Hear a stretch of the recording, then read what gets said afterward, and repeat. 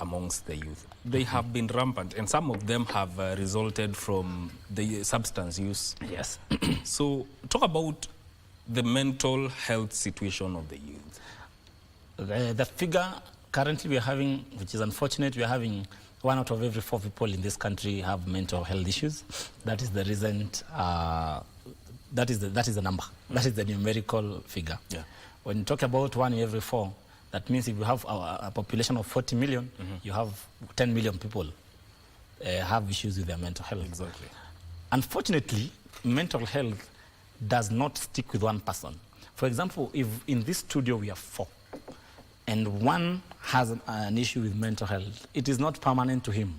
It can shift from him to you.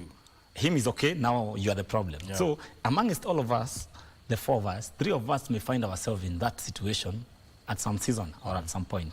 So by the end of the day, a whole generation will have undergone that. Yeah. So the question is, how do we fight it? When I was doing my manifesto for Nairobi Senator in 2022, yes, I had, my manifesto had a proposal to do a mental health facility, only a mental health facility, which is free for the Kenyans, mostly for the youth. Yes.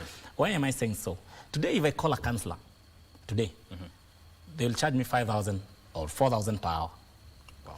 My problem is I don't have money. I'm unable to raise my children. Yes. Why will I get the 5,000 to give to a counselor to advise me or to listen to me? Will I get the 5,000 first to feed my family and pay the school fees, or pay a counselor to guide me on how to look for the money to pay the school fees? Yes. Now that is where the challenge is. So you find that mental facilities are very expensive, and not only that, even if they're expensive, the ones that we have also, they're not friendly. So if I have an issue with alcoholism, I will not take myself to Mathare. Yeah. You guys will have to force me. Yes. Take me to Mathare and lock me there so that things work for me. Yes. So it is not a wish that I want. They should be more friendly, number one, very affordable. If today I want to cry out to you, and I want to say, maybe maisha imenifika mahali, I want someone to talk to. How accessible are you? Who takes care of you as you take care of me? So those are some of the challenges that we are having. And now we will have so many fights in this country. Yes. Right now we are fighting illicit brew. I was telling someone, yes, we are fighting the consequences. Yes. But are we able to fight the source? Are we able to identify the cause and the source of why are people drinking like this in this country? Yes, we will close, and I thank everyone for the efforts that they're doing. But always ask yourself, after we close all these bars, all these wines and spirits, are we able to identify why the youths are draining so much? Those are the questions that it's a chain reaction that should be investigated and muted at the source. Yes, always mute everything in life at the source. Because even in discipline, if you install discipline at the end, it works for that short period. But if you install discipline at the beginning, it works for a whole generation. So we should ask ourselves, we are putting on these measures.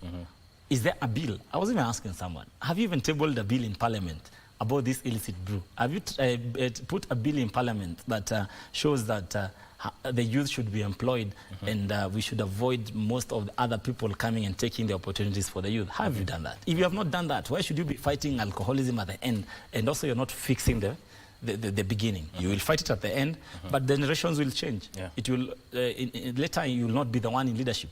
The person who will be there in leadership will decide not to fight alcoholism and decide to fight for the roads. Then alcoholism will be back. So we need to, if we are clearing something, you clear it from the source, and you get done with it. Nice. Yes. How can now the youth position themselves for leadership positions? Okay. Yeah. The youths have tried to position themselves for leadership positions, but it's unfortunate, as we say, the challenges start from where we start with finances. I would encourage the youth 2 things only. First, you have to know, without finances, you cannot be able to forge. So either you get the finances by yourself, or you look for people who can support you financially. That is point blank. We don't have to keep on lying to each other. And then after that, you don't need a lot of money, though. You need for publicity, let people know you. Let people understand your manifesto. Let people know that you're in the race. Because also me, I was in the race, but I didn't have the money. So what happened? People are doing billboards. Me, I'm not doing billboards. You see, that's the whole point. People are doing a few projects for the community. I am not doing the same. The youth need to allow themselves, as we are growing also, let us also try and get financial strength. All campaigns are